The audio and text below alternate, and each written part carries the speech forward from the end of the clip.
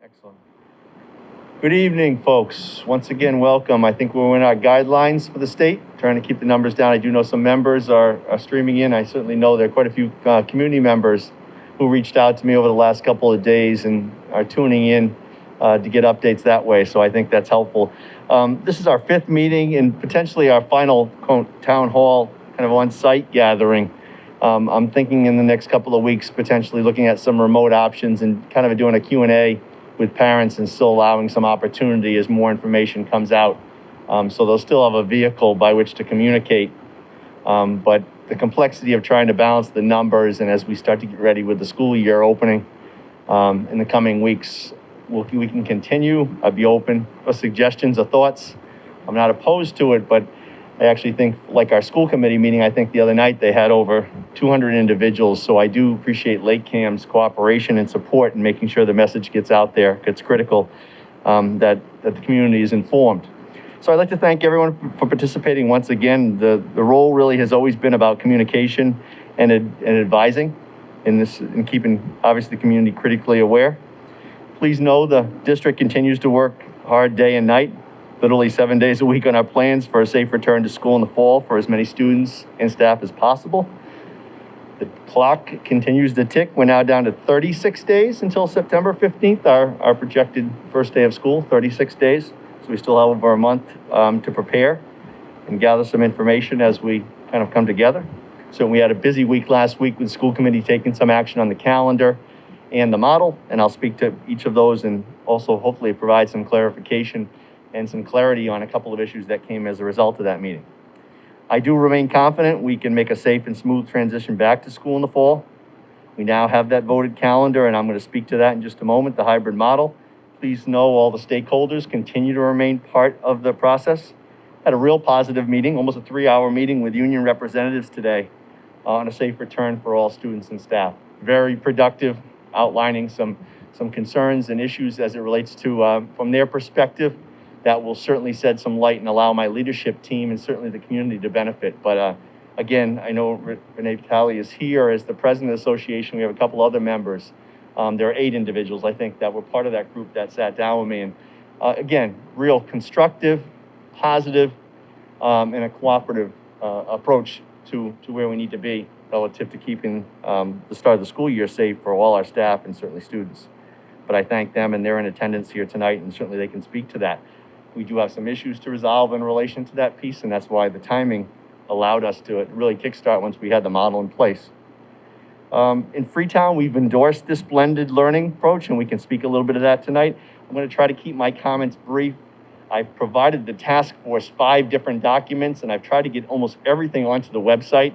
So this past meeting, in addition to the agenda, frequently asked questions from the state, an updated slide presentation, which I'm not going to go through that again tonight, but just outlining the space issues, some additional information that came from the commissioner, some guidance and detail around each of the facets. And most of what I give out to the task force, if not all of it, is turned right around to the community, and it's on our website. So anybody can access that, and certainly these meetings have remained public. It started out not necessarily being a public meeting per se, but we opened it right from the get-go relative to transparency. I do want to clarify a couple of things that's come up as a result of the blended learning. Let me touch upon maybe 3 or 4 key items, and then I'll open it up. And we'll take a look at any facet that you'd like to tonight.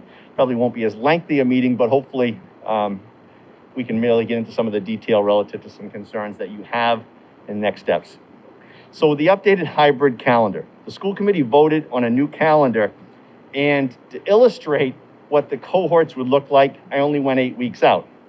And it was done intentionally just to simply say that we'll pause and take a look at what that hybrid model looks like as we open up from September 15th.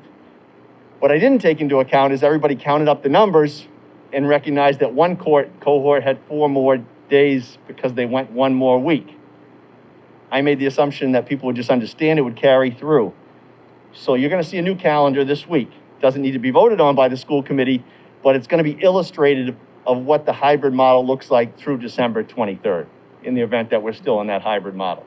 And you will see that one cohort will be in-person instruction 31 days, and one group, the second cohort, will be in-person instruction 31 and a half days. is a half day. So there was an equity issue, and some parents, primarily, probably what I would do, on the cohort that had 4 fewer in-person days, including some staff members, pointed out to me the inequity. So we're going to address that. We don't need a new school committee vote, even though we do have a school committee meeting on the 26th. Doesn't really alter the calendar, but for certainly the community, not just those people sitting, I wanted to reassure people that one cohort would not receive, and they started to look at the holidays and factor in, and we've made some adjustments there to address that. So in some instances, we split up the week as those weeks continue. It's 2 and 3, 5, 4 to get that balance, because there were some circumstances just where the rotation fell, where one group would have much more remote learning than the in-person, and to balance that out. Now, ideally, obviously, we're keeping some flexibility. We're developing 3 plans. Plan deadline, by the way, you didn't catch that breaking news, was supposed to be today. I have not submitted the plans to date. School committee received them. They're not on the website yet because I haven't submitted them. The deadline's now Friday. So all they're ready to roll and ready to be placed out there. If you've seen the TV, newspaper, news, press, almost on a daily basis, things are changing. So I just simply have held on the plans to be submitted till later this week to see what transpires, but fully intend to present. We've already taken our action and vote for this time. Again, it's a snapshot for the school committee that had the challenge of deciding and voting on a model. They weren't asked to say, what do you think it's going to look like September 15th? They were asked to base their decision on what model are we going to choose. And at that time, it was August 5th. It's now August 10th. So I just want to speak to the calendar. We can come back to any of these topics just to clarify the equity issue as it relates to the cohorts. In mind with the cohorts, the 8 through K and L through Z, the 2 cohorts, there are no exceptions to the grouping except within families. And it's all going to be stated in the superintendent's corner on Wednesday. So we have individuals who are looking at carpooling and circumstances that make total sense unless you're dealing with safety and health for 2,900 children, which is almost what we have in this district. So in instances, and I've responded to every parent or family, whether it be through email or phone call, that have reached out to me, I've indicated, with the exception of family, and when I define that as just so people are clear, those individuals who have different last names, but they're in the same family, siblings, and those instances exist. In fact, I approved 2 today to be sure that those kids remained in the same cohort. I don't actually dispute, as superintendent of schools and a parent, there are some situations where it would help families if they were in one cohort compared to the next. But when you start to look at those individual requests and balance that with the safety and health of all the students and the whole purpose behind the division and social distancing and space, we felt at this point we could not make those exceptions. I won't say there won't be any exceptions. I've shared with the families that at this point we're making those adjustments, and there have been a couple of them. But as I said, any family, anyone who has individual, personal, professional concerns can reach out to me. So that's just a little clarification on the 2 cohorts. On transportation, so the breaking news this week on transportation is we'll have the new bus routes out. So students will not only, every student in the district, as they always are, will be assigned a bus route. We have then built bus routes based on the cohorts and within the guidance provided by the state from a safety perspective, no more than 24 students on a bus. And so those cohorts are set up, and part of being set up is so one, they can see what they're transported, but also for families that are going to choose alternative transportation, and that survey is coming out this week. So in other words, if you're a family who at this point is going to transport your children to school, maybe you've done it in the past, we're going to be asking, and it's confidential, that you share that information. One, because we've got a schedule for how many families and how many kids are going to be dropped off in the morning and afternoon, because we're going to have to stagger those schedules. Principals are working on that, kind of spread them out. If you think about the mindset there, and it's not some easy task, typically you want all your buses to come in at one time, get them in and out, and go. Just the opposite of what we're trying to do right now, right? We're trying to stagger and make it as safe as possible.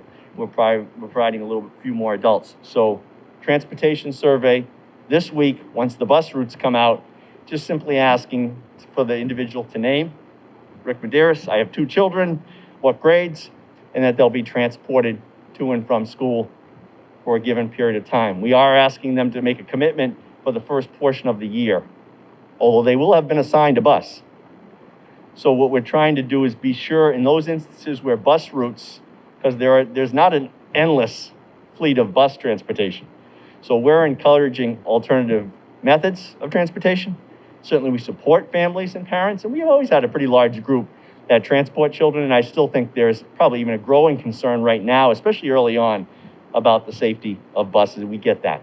Even though we're gonna have all the safeguards, meet all the guidelines, and everything in place as it relates to first student doing their piece, we are encouraging that. We've waived parking fees, for example, at the high school level. So just as a small gesture for this year, for students that want to drive to school. I recognize from a social perspective, I think back to some of my classmates and friends and where that cohort split meets and how challenging that is. But keep in mind, part of the process here is to try to secure in-person instruction for a percentage of students. Ideally, we'd see all 2,800 kids come back to school. And hopefully that is the plan, right? We need to be real flexible here. State's asking us to have 3 plans so we can move in either direction. And we're starting the year, as we speak today, in the hybrid model as it relates. And I know there's been a lot of conversation about what hybrid model is ideal. Some hybrid models have gone Monday, Tuesday, Wednesday off. Keep in mind, most of those models, by the way, if you're from another district, they are in school 2 days a week, 2 days. Almost everybody is in a remote learning mode on Wednesday, or some aspect split. And then the other 2 days, they're also remote. So students are in a 3 remote piece. And then when you tag the weekend in, again, I'm not here suggesting that the model that Freetown-Lakeville adopted is a better model than what exists. But when we factored in safety, health, educational value, some consistency and continuity, what we have available to us in relation to one-to-one devices, grades 4 through 12, 6 to 12 to start with. We're hoping to have 4 to 12, 4 and 5 rolled out before the end of the first month. So transportation this week, and then another huge question that's out there for the community and certainly people in attendance here, what options for those families that simply are not comfortable, whether it be from a medical health perspective, seeing their students return in person. And so next week, we should be releasing information for those families that will address a full remote option, but I'll give you a little hint at what that's gonna look like. Homeschooling will be an option, has always been an option. We've always had a small percentage. The 2 virtual state programs, which are staffed by state program licensed teachers, virtual schools through the Commonwealth, endorsed by the Commonwealth, will be approved. They're outside district.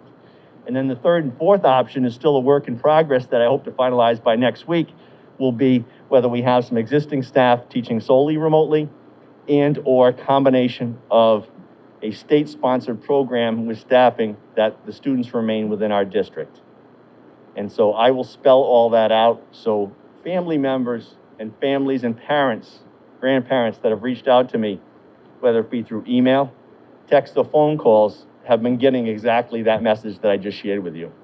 Stay tuned, information next week, and you'll have over a month to make that time frame available. Sat down with the staff today. We looked at leave of absences as it relates to staff, that people that may not be able to return to work. And we've established an early deadline so we know where we stand as it relates to staffing. Association on board on that. Again, joint effort. And we'll have to establish, obviously, a timeline for potential families. But I wanted to reassure the community and anyone who would like to opt out, here are what the options are. Obviously, I'm going to intentionally share with you what I shared in every one of the emails and almost phone calls.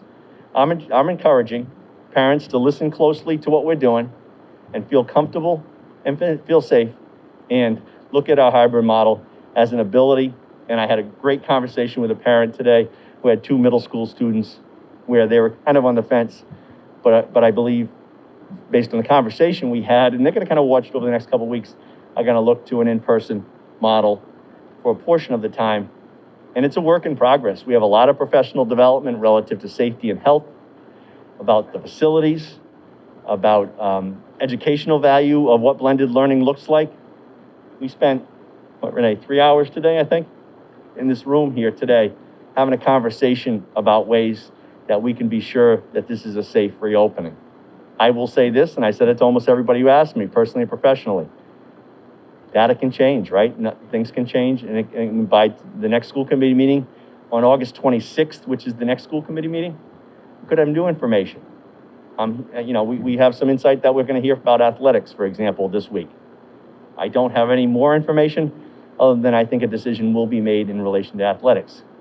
But big picture, as I shared with some folks, if the University of Alabama and Nick Saban aren't playing football, I kind of draw your own conclusion there, right? If they're not going to do that in the Southeast Conference, I'm hard pressed to think that up here, where we're trying to see our kids return safely, that's going to happen. Again, don't read into that I have some breaking news from the commissioner. I do not. The MIA is working closely with administrators, but I think it's challenging enough to see our students return to schools, in spite of the fact that I'm a big supporter of making sure that we have well-rounded students and give them that opportunity. I think that's going to happen this week. You'll get some information from the governor and or through the commissioner's office when we have that. But I've tried to highlight at least 3 or 4 topics that came up in the superintendent's corner, which normally goes out on Friday. Might go out Wednesday this week because there's so much information there. I've talked a little bit about the cohort, the calendar, the transportation, the remote learning piece, a little bit about hybrid learning and what we're doing. I can share with you that I know the association and members are concerned for their safety, health, and well-being. And we talked a little bit about facilities, cleanliness, what the procedures are and routines, and some of the backdrop that necessarily aren't detailed in a lot of plans, but we have backup information, and I'd be happy to sit and talk. So I know in many instances, folks come out here today with some expertise in a specific area and want to drill down to the detail. Again, I haven't even rolled out the plan to the state that's going to be moved forward. That won't happen until later this week. But what we're currently doing is working on the topics that I just shared with you.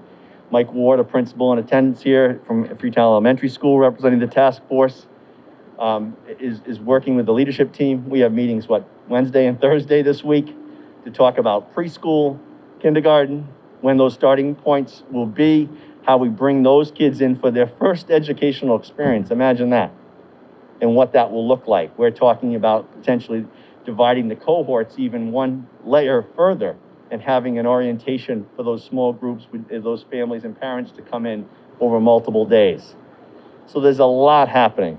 I'll give you, an example. Paula Mueller, who's on this task force, who's been phenomenal as a lead nurse, talked about her subcommittee and doctors and individuals who have been present as far as the health, social, emotional piece. Asked a little bit about offices. We just secured last week some plexiglass and some things that we're going to be putting in offices as it relates to those individuals. And you see them, obviously, many of us do, in stores and so forth. But those areas, those frontline areas, nursing, the nurse's office and main offices are being fitted to address the interaction that occurs with a larger volume and setup. And that's at all the schools. So again, it's just small little components to that. The PPE piece, I'll be happy to answer where we have that in place as it relates to the first 3 months. We're going to do a Zoom remote through the association for those sub-separate staff members. Keep in mind the hybrid model has sub-separate, so our most needy kids. About 25% of our special education population, most needy, about 100 students will be, regardless of the cohort, coming to school every day. It's essential that they be in school. I imagine special education parents, CPAC parents are here. We'd like to see all 400 students that are on IEPs. I couldn't agree more. What we did is identify, we didn't set that criteria, the state set the criteria as to what the expectations are, and we'll have those, but I can tell you that those employees, those paraprofessionals, those teachers are generally concerned about the close proximity of them working with those children. And so we're gonna do a remote Zoom. I've already sent the notice out to my director of student services to be sure that we get something out to our staff to be sure that we prepare. Remember, we have built in, and the commissioner has permitted that to the state, we reduced the school year from 180 to 170 to allow for 10 additional days. So we have those days built in. We've got some additional time in addition to the 36 that we currently have. I can tell you a day doesn't go by where I don't hear from my staff, from parents, from community members that are diligently working hard to do what's best for your kids. I truly believe what we have in place right now is the right approach to reopen the schools. I certainly respect your right to disagree with that as a parent and a community member. And so hopefully by providing you with some alternatives, if in fact it doesn't fit where you're at to start the school year, you can do so. There's no model that's gonna please everybody at this point, folks. I ran the full gamut today in phone conversation from about 6:30 this morning till whenever we wrap up here. Genuine, emotional, personal conversations with individuals. I spoke to a grandfather today who called me today to say that they represent, he's the sole individual for these two kids, and how he's genuinely concerned about sending these kids to school because of his health. You could hear it in his voice as I'm sitting there. You could generally hear it in his voice. It was not combative. It was not argumentative. He was genuinely concerned and fearful about if something were to happen to him, who's going to take care of these kids? He asked about testing. That's really was his question. Are we going to be testing? And right now we don't have that in place as it relates. If something's, we have protocols, as does all the state, as it relates to testing in an event that we see symptoms or kids come down or people are sick. But it's that type of conversation that has me more grounded in making sure we do the right thing for our kids. And I think the school committee is right on track and done that. That was not an easy meeting if you watched that last week for my board members, because I think they varied in kind of where they were at. I think you had one group that would like to see, and like many of you maybe in the audience, all the kids come back in person. And then there's certainly and we talked about it with the employees. I had to address the association, and Renee, I'm sure doesn't mind me saying this, but their survey went from about 50-50, right, to coming back hybrid in person to 69-31, 70%. I use 69 because it helps a little bit with the model, but it's true, right? We had a larger percentage of employees and staff members generally concerned and for being at risk. Didn't say they weren't prepared and didn't want the kids to be back in school, but wanted to be sure that we're doing everything possible to be sure that they're safe and the kids are safe, and then we have some options available. So I promised you I would keep it to less than a half hour, about 19 minutes right now, 20 minutes. Didn't share with you the same slides. I did have a couple of updates. One of the updates was for those task force members about the state numbers, right? I'm not sure we want to use those each day and night, right? And it depends on what chart you speak to. But Massachusetts, in comparison to much of the state, much of the country, I should say, was in better shape as it relates to kind of where they stand. Well, as we're seeing in our neighboring state of Rhode Island and others, obviously circumstances are changing and will change. And what I think is important for people to note is this model's flexible. I raised this reference and I don't want to marginalize the pandemic or how significant. But when I call for a snow day, one of the last things I always think of is the one high school student who gets in an accident. The one high school student, and I err on the side of caution, in fact, because I'd have to look at that one family, or if it was my son, two boys at home, what type of circumstance? I'd rather have the sun come out and people complain and say, oh, another day off. Likewise, you know, I don't, and I know the committee does not take lightly what we're asking folks to do here. But in the same token, when I see the surrounding community, when I see what our numbers are in Freetown and Lakeville, when I see the supports and things that we have in place, I believe we're doing the right thing relative to getting our kids back.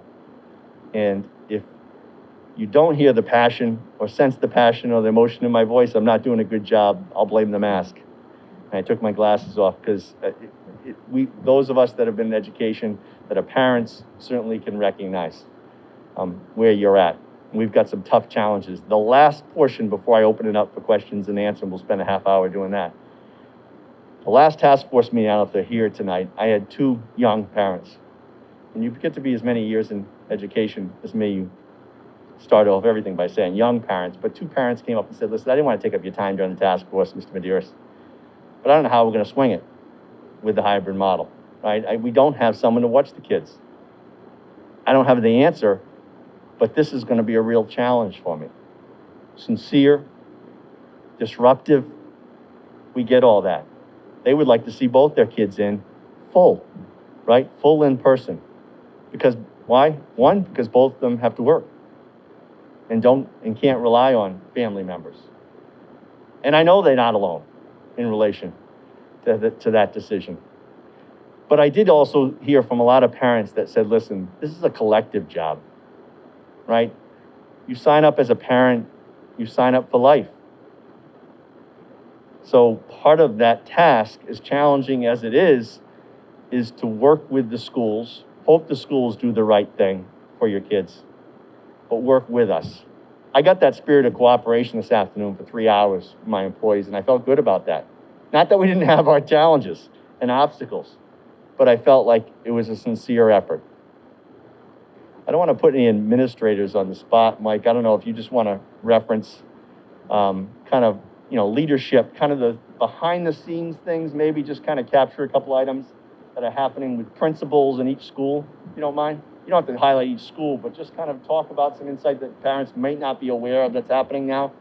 No, absolutely, Mr. Medeiros. So, like you mentioned, there's a lot going on in the schools. For example, we're talking Freetown Elementary, Assawamsett Elementary.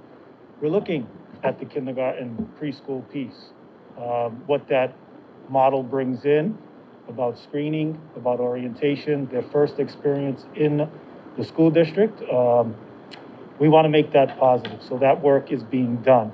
We're also, today I met with, for example, my scheduling team. Now this is a different team than the FES reopening task force. This team works together to make sure we have a solid master schedule in place. So I met with them several times, and we've had a full master schedule as if we were coming in a normal year. And then we looked at it for a full in-person schedule, and then we've gone to a hybrid, and we've had these conversations of what the schedule will look like: arrival, dismissal, bathroom, you name it, lunch, breakfast. These are the type of conversations that my staff is having, and at the same time, they're bringing out to me other things that I may have not thought of for different questions. And you know what?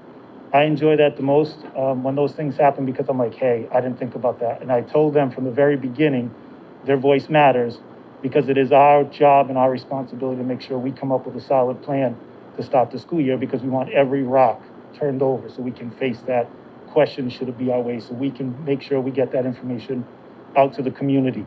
We're also, another behind the scenes, as Mr. Medeiros referenced, we're meeting Wednesday. We're coming as principals to a meeting with Mr. Medeiros just to ask for some resources that we feel the schools may need. So we're ready to make sure we work with our staff and our students, and it's there for us. And Mr. Medeiros has been great all summer long. As he said, the word last time is being flexible, that we've met every single week with plans in mind. Here's what's happening, here's what needs to be done, here's the next steps. So we're constantly reviewing this, constantly having these conversations, and going back to something that maybe has changed in time, right? So these are the type of behind the scenes things that are taking place for the best interest of staff, students, and families. So Mike, thanks. I put him on the spot there, and just to give you a little perspective, I mean, I think I see Dr. Sullivan in the audience as well. So, I mean, listen, you're in good hands with your building principals and leadership at each of the 5 schools, believe me. I have a scheduled meeting for them Thursday, and Mike must have got the short straw, because he sent me an email when I got back from the negotiation session about 3:30 and said, hey, can we meet with you on Wednesday? And I thought, since we're meeting on Thursday, you want to meet on Wednesday too? And their staffing requests. They're looking for additional supports in lunch and recess monitors and cafeteria. They're looking for some substitutes. They're looking for some monitoring of that health waiting room as it relates. So it's more staffing, and I think we can accommodate them. We've got to take care of that morning and afternoon situation as far as safety as well, based on that piece. And so they reached out to me just specifically on staffing. We're going to take a look at the proposal. Renee, not to put you on the spot, but did I capture our meeting today? Yep. So again, I said at the end of the day, how do we get to where we need to be in 36 days with the association relative to concerns that you have and I'm not putting them in a spot, but they had outlined and came prepared, and that's the engagement. I referenced even our nation's capital and kind of where they're at in relation to negotiations, right? Negotiations are coming to the middle. And I think we're doing that here in Freetown and Lakeville. It is a give and take, with the mindset being, though, that we're looking at what's best for our students and our staff with the resources that this district has. That school committee meeting had some additional resources, so I think that what you should feel real good about is some districts are in desperate shape relative to finances. We've built our savings account, our E&D up, almost $1.5 million, so we have some available resources to us in addition to a $6 million capital project that's costing the towns zero, because based on savings, we're trained to address some of our facility needs. So we feel we're in a good shape, and we're gonna need to be in good shape this year to address what's happening. I'll open it up. There's questions, I would ask you to come up to the mic in relation to maybe topics that I haven't covered, or maybe to speak to some of those topics. I mean, listen, no hidden agenda here, folks. Feel free. Yes? Just if you could just recognize, introduce yourself. Some of you I know have been here before. For purposes of those, maybe that might be streaming in on LakeCAM. Hi, good evening. Morgan Long, Hey, Morgan. Freetown-Lakeville Middle School father. Last time we were both in this room, I remember you used the words, the remote learning 2.0 is going to look nothing like. And so I guess what I'm seeking is some reassurances from you as far as particular details about that, but also, you mentioned 36 days counting down. When would you be able to issue some guidelines for parents for the, as I would call it, the kitchen table classroom, for even hardware considerations for that? How do we ensure that what we're working with is stable and cross-platform adaptable? And resources as far as even tech support through the school for the connectivity, because I know last year was horrible in that nothing's more demoralizing to a student than to sit down, go to work on their homework, and find that they can't complete the assignment because the system will just not accept that input. So Morgan, I appreciate it, thanks. You did share that, and so I'll speak to the remote first and then the other piece. So in the event that we're full remote, or certainly hybrid, there's a component built into that. And we've built in new devices, obviously 6 to 12, and there'll be 4 to 12, so there'll be new devices.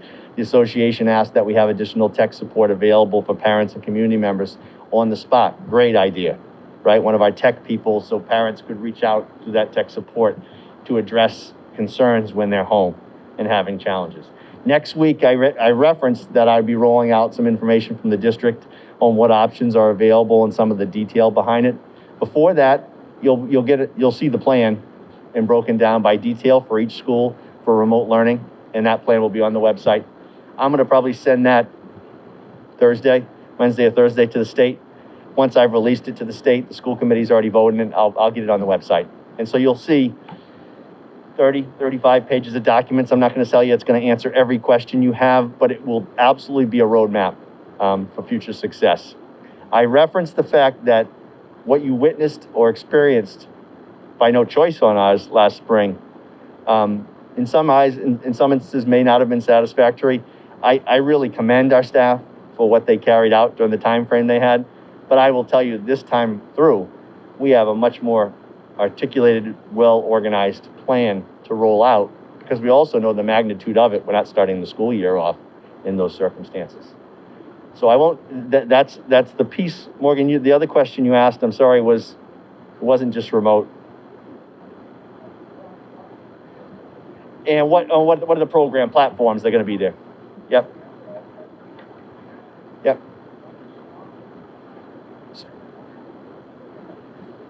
Thank you. So for those folks, I know that sometimes maybe you'll do it tonight too. I hope not. But drive out here, say, did he really listen? We reached out to Tekka right after the last meeting, my director of curriculum instruction, and Tekka is one of the virtual Commonwealth schools, done a phenomenal job, and we're trying to align with them a district program and model, experts. So again, an example, I'm not saying that we've got it all ironed out and worked out. But that's going to be one option that will be available. And for those of you that have had that experience, Morgan, it sounds like you've had that experience. Highly qualified, trained individuals provide staffing, solid programs. But we're even going to tweak that a little bit and hopefully bring in local flavor as well. Those students, by the way, so just one distinction, and we're working this out. So in normal circumstances, when a student opts to take a virtual Commonwealth school, they step out of the district. They apply, they become. The state is now allowing them to remain in district, and you can join in. You have to make a commitment and an investment for those students. We're choosing to do so because we have the resources to look at it. But that's just one example of what I think are going to be some real solid options for parents. End of the day, I'm hopeful that people join us in person and come back and be satisfied kind of where they're at. But for those individuals who are looking for an option, Morgan and others will have it there for them. Mr. Gresham? Rick, I have a few questions that I'm just going to step away from the mic. And question number one, parent of a high school student. This cohort group doesn't necessarily correlate to a high school. So how is that going to look? You know, a high school isn't divided up A through K or however you're going to do that. So I'd like to know how that's working. Are you still using that model for the high school? And does it work? Second question, the issue, as you well know, in this district is time on the bus. Yep. On those bus schedules, are the time on the bus is increasing, and will parents have that information ahead of them making a choice of whether they're going to transport their student or not? He is here. I'm not going to put him on the spot, so I'll get to that one. Curriculum. Last meeting you said we're going to cover the same amount of curriculum we do in a normal year. I believe that's what I heard from you. In a hybrid model, I'm still fuzzy of how that's even possible. So can you address that? Yep. And can you also address the expectations of students as far as attendance, you know, grading? How is that being dealt with? Because obviously in the spring, pass or fail was more. Thank you. So I thought you asked challenging questions when you were a school committee member, Mr. Grashis. I think you could. Is it fair for me to say you're potentially maybe more dangerous? No, is it fair? No, just kidding. So great questions, and I think questions everybody wants to hear. So first in the cohorts. So the principals all had input into that. And I think at a secondary level, I was a high school biology teacher, science teacher. So I can relate. So those numbers were looked at, and across the board where we have multiple families and different grade levels, we recognize that there's some differences at the high school, but we do feel the cohort method works. And we certainly had Mr. Higgins at the middle school and Dr. Starkey on board with those numbers. Again, you're talking about electives, which Derek speaks to, and parents and different AP classes and a variety of things that we're going to have to work through that make it more challenging. But we're also dealing with, keep in mind, older children, right? Self-directed. When I think of kind of where they're at with devices, who are able to handle something that at the elementary level needs to be a little more hand-holding with those children, especially in the remote piece. So I'm going to touch upon each of them, Derek, if you may, and I'll come back if I didn't clarify something. So transportation, Mr. Rezendes in the back, Director of Transportation, phenomenal. We use the same parameters, right? Kenny knows that. We looked at when I gave him the new bell schedules and times and the way the groupings were, I added 2 buses. So we added 2 additional buses to the cost, which actually go back to what we had as a fleet at one time. So we've increased the number of buses, and we took into account what numbers and the time frame. So we didn't expand it, and that's a huge issue. Anybody who doesn't know Freetown-Lakeville has no idea how complicated transportation is. And if you haven't had an opportunity, and I have routinely, riding buses and seeing how long the kids are on the buses, it's a challenge. So we have taken into account, and I wouldn't say that we've finalized every little piece of it. It's a work in progress. We're going to look at alternative methods. Keep in mind now the state put one huge layer to it as well, right? Those buses typically, Kenny, 71. I don't know when those days are coming back.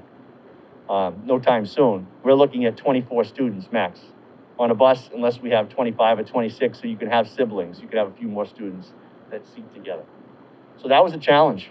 So we regrouped our students. Elementary, our two satellite schools will continue with a staggered start in the morning and afternoon. Our grade students are gonna be transported just with, no longer with the middle school kids. A lot of applause from fourth grade parents who now don't have their fourth graders with eighth graders, which has been the case. We have our middle school students now being transported with our high school students. Our high school students starting later. All the educational research shows that that makes sense. In addition, we have a lot of our older students, so for that same magnitude where you're thinking of a sixth grader, a lot of our juniors and seniors don't take transportation. You've seen your high school buses, and you've seen them, kids are driving, they're carpooling. We're dividing with the cohort number piece. But we have addressed, and we'll share with you, because Ken's already provided for me, what the numbers are in those buses. One, to make sure that we're within the safety guidelines. Never mind the cleanliness and everything else that we're gonna have to take care of relative to disinfectant and masks and all those requirements. But we are certainly taking into account how long the kid's gonna be on the bus. But we also know, I think through the survey, at least the initial survey, we're gonna see a lot of families, at least initially, potentially transport them. So that's one difference that I'm gonna remind parents again when we send the survey out. So in the past, if you've transported your children, you didn't have to tell somebody, it just was an assumption. We need to know that because we have to calculate where those buses are gonna be stopping, and certainly it addresses time. So we'll be addressing that. Curriculum-wise, boy, I hope I didn't say that we're gonna do exactly what we did last year. If I did, I apologize, that wasn't my intent. We're certainly going to cover the material within the model. I think what's gonna happen at the state level, they're gonna revisit assessment relative to MCAS and determine whether the gaps and that time lost in the spring and then in the fall haven't had an impact, and the standards may have to be adjusted. But I will tell you that the rigor and the 2.0 relative to remote and what the expectations are from the state relative to grading, attendance, those are not optional items. And so if you're not convinced locally that we're gonna do it, take a look when you go home tonight at the guidance from the state. There's no option. They're very clear about what their accountability is as it relates to remote learning and the hybrid model and in person. But the idea that we're going to give kids weeks off or days off are not gonna count towards the 170 structured learning days. Is it gonna be different? Is it gonna be challenging? Yeah, I think only time's gonna tell, right, for all of us over the years, the impact this has had on our communities, on our kids, and kind of where they stand. But we're certainly not alone as it relates, and maybe in better shape. Coverage, I'm trying to think of Derek, I think I tried to collapse a couple of the questions into that, but again, great questions. Listen, I know at this point of the process, right, we're starting to drill down into detail, and I'm sharing with you that we're rolling out information every couple days and try not to be overwhelming. I really try to refrain from using the one call phone because I do know it's disruptive to the workplace and things that are happening. So if I don't, I'll send it through email, and I certainly can tell people are reading the Superintendent's Corner, the Nurse's Nook, and some information there as it pertains, and I'm sharing with you. I try to do it in a manner that you're kind of used to, but I may have to tweak that just because there's so much information coming out. Other comments, concerns, issues? Mary? Sure.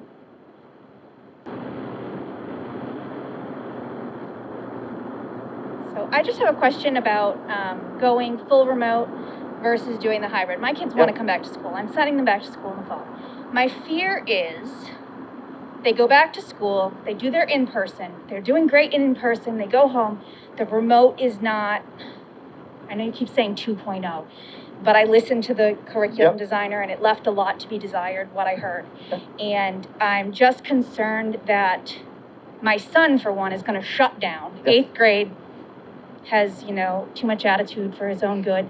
And how far into the year do you have to decide whether you're going to send them to school here or do an online full program? Oh, that's a good question. Good question. So we need to make a determination, and we can't have kids going in and out of a program. So you're going to have to make a commitment. That's why it's important that those parents, one, have the option available. So if they're going to choose an alternative homeschooling type of platform, that they have enough information. I can relate to the 8th grade piece. I was a middle school principal for 11 years.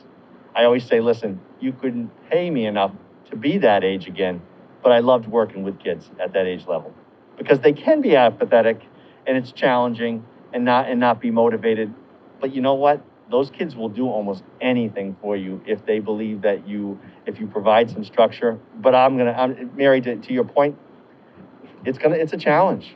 The remote learning piece is a challenge.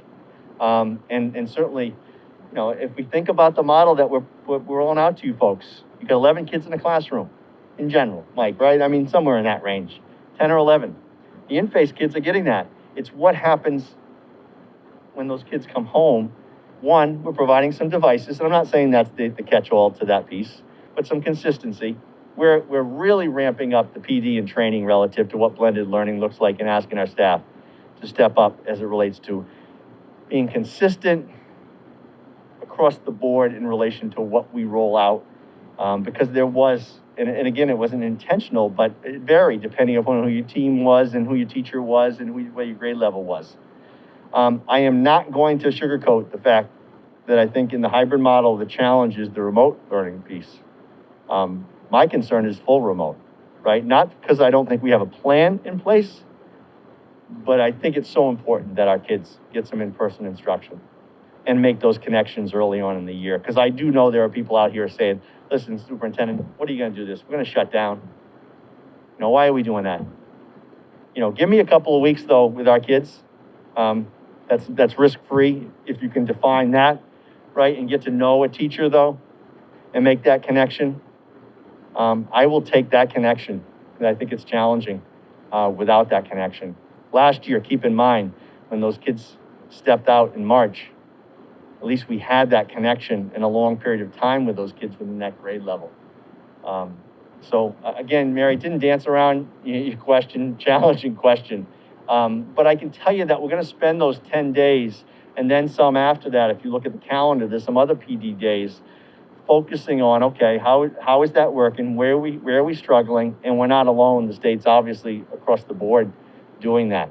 I do think, I don't apologize, I got to be honest though, and I know some people might be offended by what we did this spring.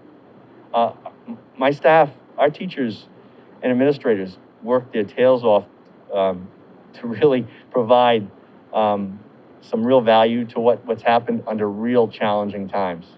Right? We didn't know what was going to happen from the next week and day in relation to that piece. And early on, we didn't have the parameters in place for grading and so forth. And we've learned so much from that experience. But there's still a lot of question marks. Mike's hit upon it. I've said it over and over again. If you're not a flexible person, this is not your year. Right? I mean, 'cause that's what it's truly going to take. And yet, at your level, 8th grade, need to be structured and focused. Again, challenging for families, I get that. I get that. My boys, and I've shared this with you anecdotally, I have 2 college students right now at home. Boy, they said to me, thankfully, Dad, I guess this is what you say when your dad's the superintendent of schools, we weren't remote learning, because they thought of what the structure would have been like and what my expectations would have been for them at the kitchen table or in a work environment, which is not the easiest thing for everybody. I get that. I do. And so it's a work in progress. Work with us. We've got some time, iron out some of the kinks. Mike referenced it, Renee referenced it. They've actually hit upon some of the things that you guys are concerned about as a community. And I think we're on the right track. I saw a couple other hands. Yep. Yes. Thank you.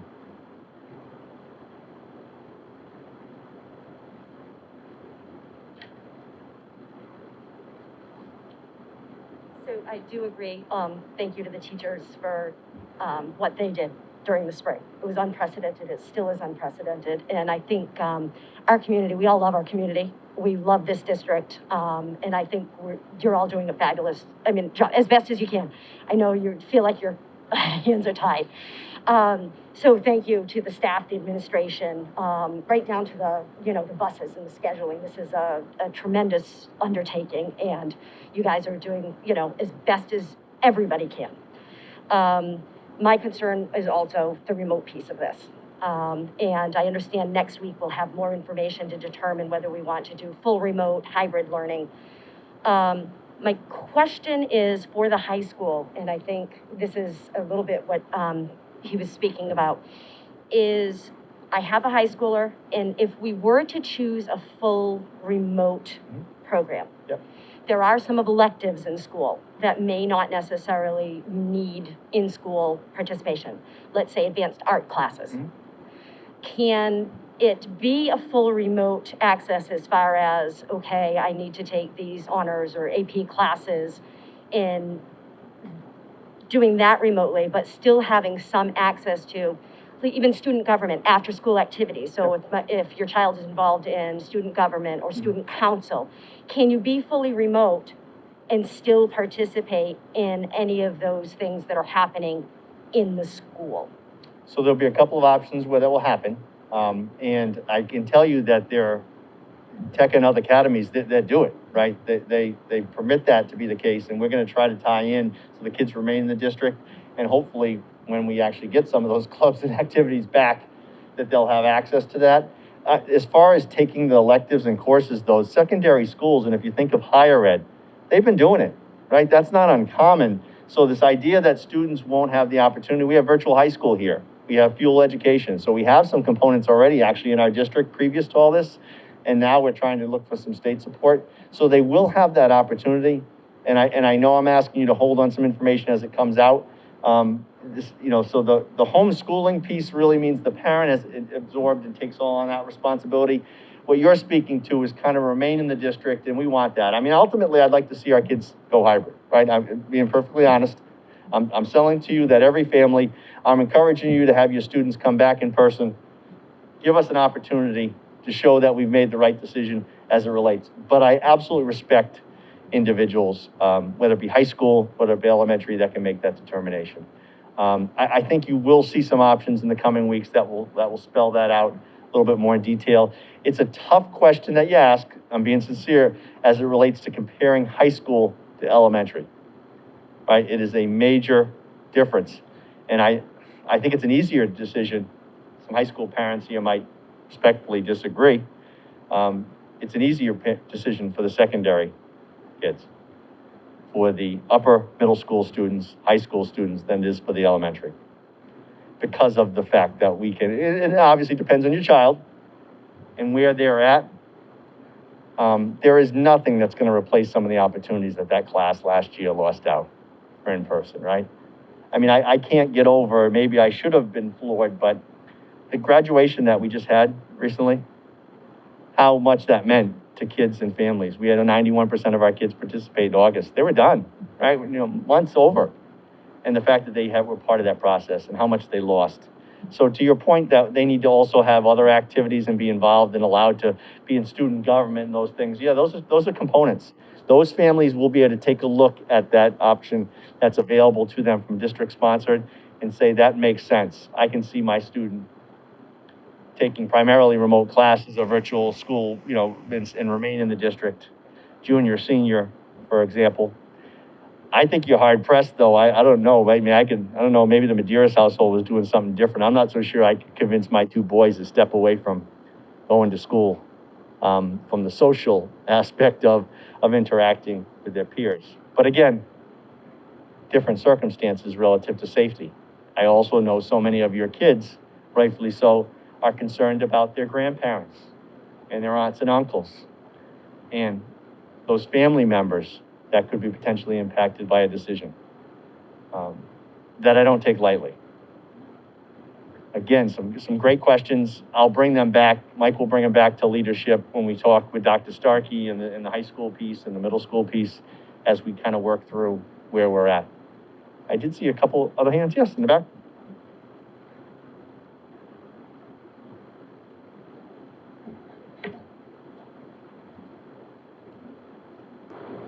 Hi there, my name is Wendy Bethany. Hey, I Wendy. have an incoming 6th and 7th grader, and I have some questions about hybrid learning that Sure. I'm not sure if you actually can speak to yet, but some kind of specific questions about things like, will there be a rotation of teachers that are going to be happening so the kids will stay in a cohort of 10 of 11 of their peers and the teachers will be rotating through? Will they be eating in the classroom? Will it be happening in the cafeteria? And if that is so, what will that look like? Yep. Also, some of the specialists, will they be able to do any hands-on specialist things like drawing or participating in music, or will it all kind of be more like our history, Mhm. things like that. So I don't know if any of those things could be answered yet. Yeah, so I can answer all of them with a yes, maybe, in progress. No, I mean, really, so I'll speak to it, because they're all great questions. So Okay. you're gonna see the plan rolled out this week, right? So when we release the state, and you'll see the hybrid model, and you'll see a middle school component, about a 20-page document outlining some of the schedule and what it looks like in person. So most of your questions, if I gather them, were the in-person facet of that, right? The cohort that's in school. Correct. So they're in teams at the middle school. So what we're trying to do is limit the traffic. So those cohorts will stay together. Those kids will be grouped accordingly, and where possible, we will have teachers rotate amongst classes as opposed to the kids. We're trying to minimize traffic flow as it relates. So there'll be some exchanges where kids will move from a classroom to another classroom, but primarily, they will stay in the same cohort, so they'll be on the same team. And obviously, that other group will come in those other days. That will be the case. The cafeteria, and just using the middle school, for example. So I don't know how well you guys know our schools, but I obviously know the school your child's at. The cafeteria at the middle school is phenomenal. All round tables, not really conducive to what we now can use as it relates to COVID, right? So we're attempting to make a determination on how much of the cafeteria we can use to space them out socially with masks. The mask requirement's gonna be across the board. I should have mentioned that. You know, it's something I'm gonna be recommending to the school committee at the next meeting, that it be across all grades. Because the kids in, I know, first and second grade, kindergarten and first grade are not part of the state piece. It starts at second grade, but they're expected to wear them on the bus. We're gonna have to build in mask breaks.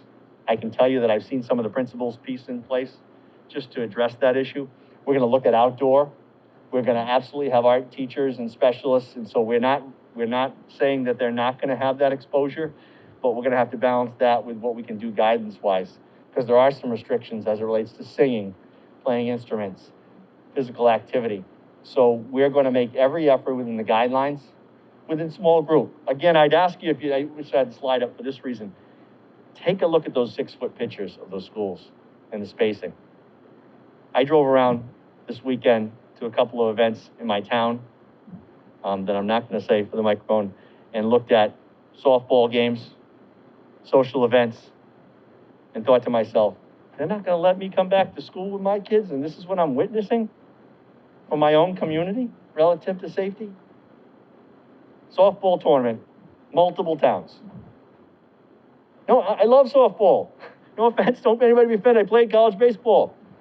But, so to your point, we are going to make every effort to give an in-person new normal to our kids when they come in, but obviously we're gonna balance it with safety and health. And so we're going to try to maximize the space that we have available to us.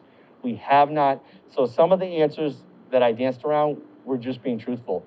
The middle school staff is currently working on, with the food service director, about how many kids have to eat in their lunch, have to eat in their classroom, as opposed to the cafeteria. When do you think that families will have that information to make a decision if that makes sense for them to return to a hybrid model versus a remote model? So regardless of your grade level, this week when that plan rolls out and you see the detail, that will be the first real glimpse at what the schedule is looking like. And we have some other teachers that hear about the middle school program. So that's going to give you some real good insight into what that's going to be. We have class lists that are coming out. The principal's going to be sharing who your teachers are, what team you're on. So then you'll have a pretty informed decision. Then you'll have to balance it with all those other options that you referenced.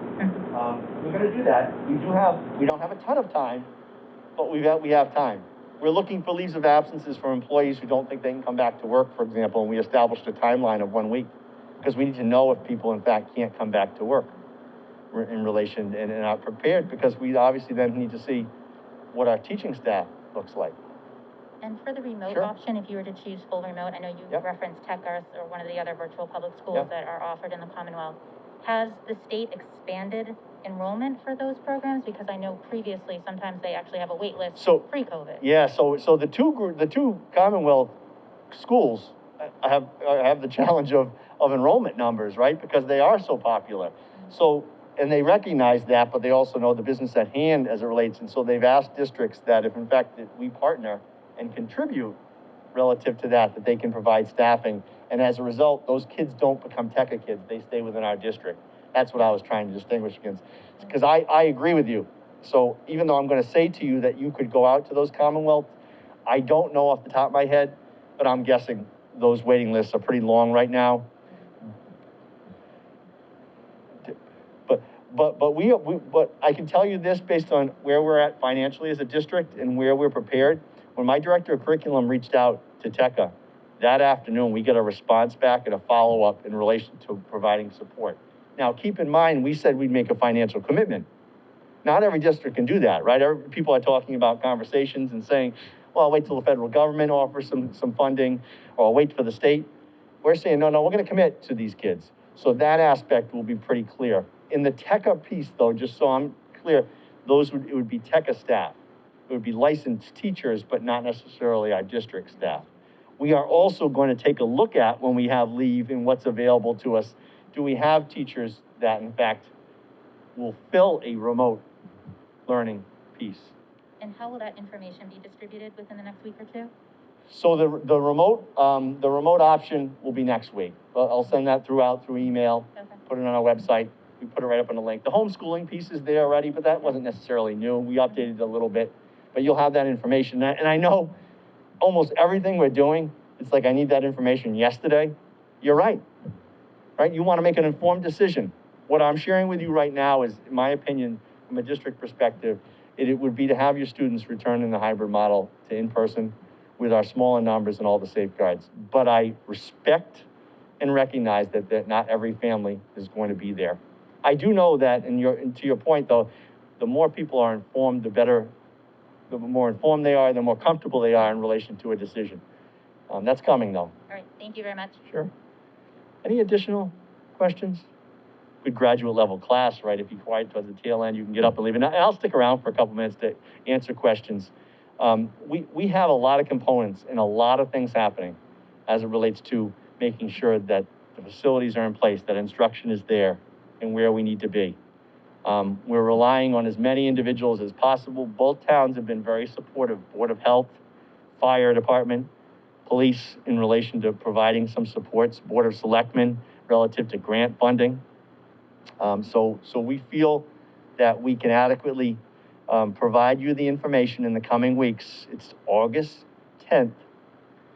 By August 17th, we'll have transportation kind of in place.